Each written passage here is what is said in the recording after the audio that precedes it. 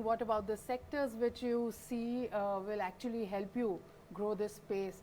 Will it be banking? Will it be apparels? What are the sectors that you see growth coming in from, which could be your future, say, tenants, or who could be picking up these spaces? So the past experience shows manufacturing has taken a lead, distribution has taken a lead, EV sectors have been taking a lead, e-commerce has been taking a lead.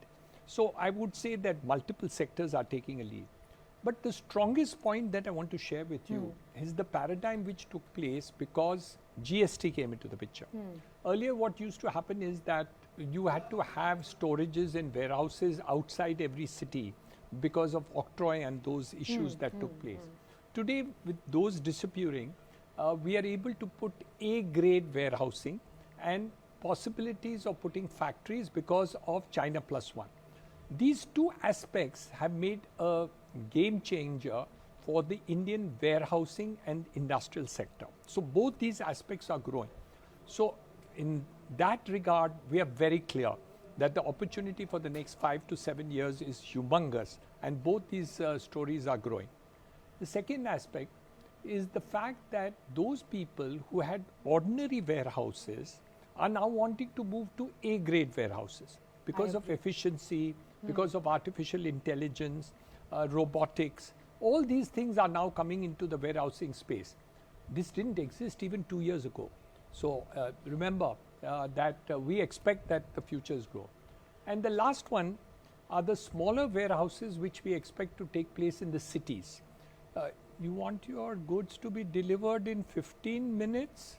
You can't have a warehouse in very far distance. Definitely. That's the ask right now. Yeah. In the ages of Blinkit, Zomato, Swiggy, everything has to be instant. Absolutely. It has to be a maximum delivery time of 15 minutes, and that's what people are looking at. Yes.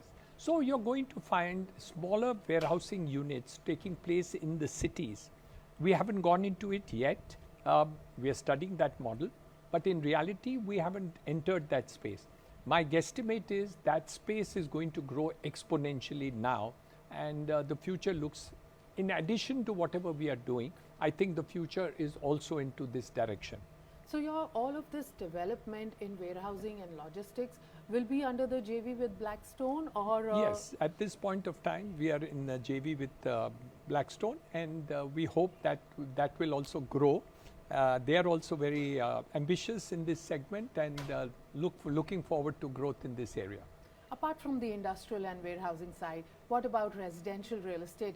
Do you look at expansion in Delhi NCR? As you said, Noida has a huge potential on the industrial side, so definitely people will be moving in Noida as well, in Gurgaon, in Delhi. So any expansion plans on the residential side? We haven't taken anything yet as far as this is concerned. Again, that model is being worked out in terms of what opportunities are there, and maybe we'll just surprise you. But at this point of time, the answer is no. We haven't got anything in the residential space at this point of time. And but opportunities keep coming. We study those things and all.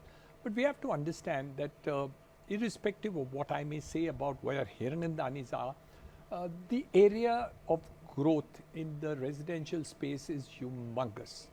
It's my guesstimate, again, that this year real estate will grow by 25%. And that's huge in terms of it.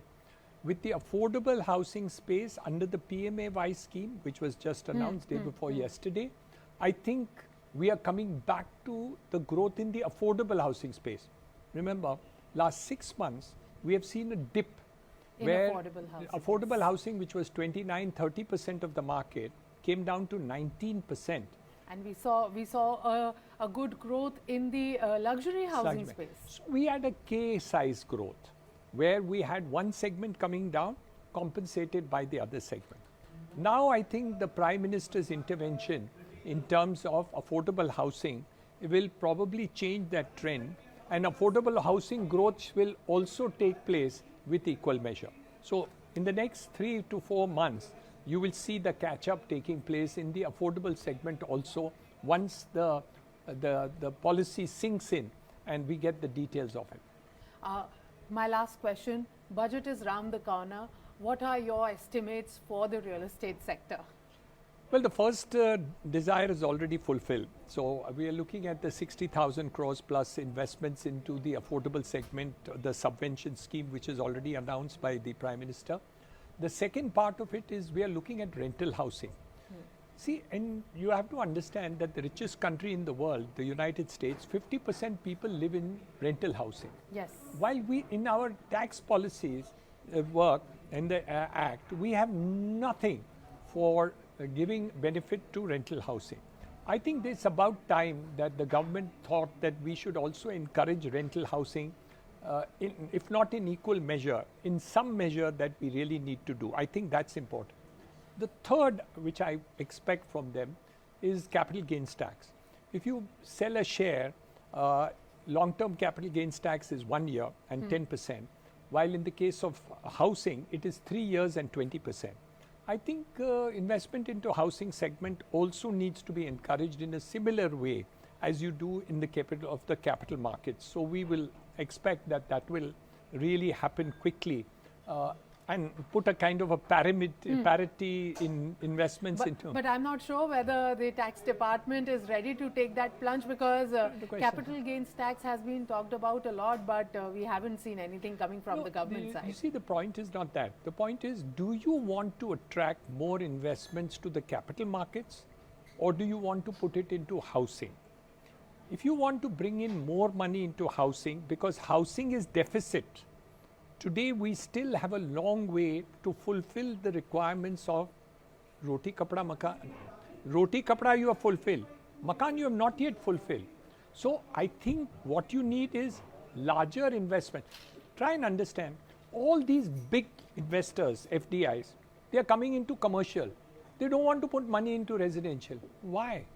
Because the tax benefits that you are getting in terms of the commercial side is better than the residential side. So I would be happy if you make it parity. I'm not saying you give us better than the capital market. At least put them on the same platform so that an investor putting into real estate and the capital market could be parity, you know, as it is there.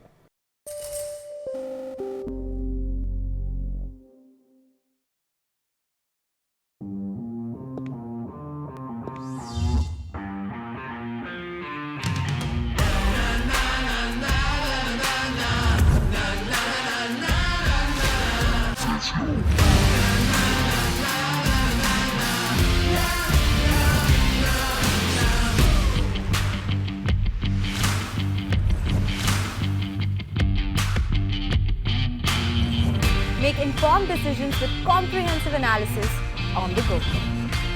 Strengthen your portfolio with real-time market updates on the go. Create effective strategies with insightful expert opinions on the go. Grow on the go with CNBC-TV18, now streaming live 24/7 on YouTube.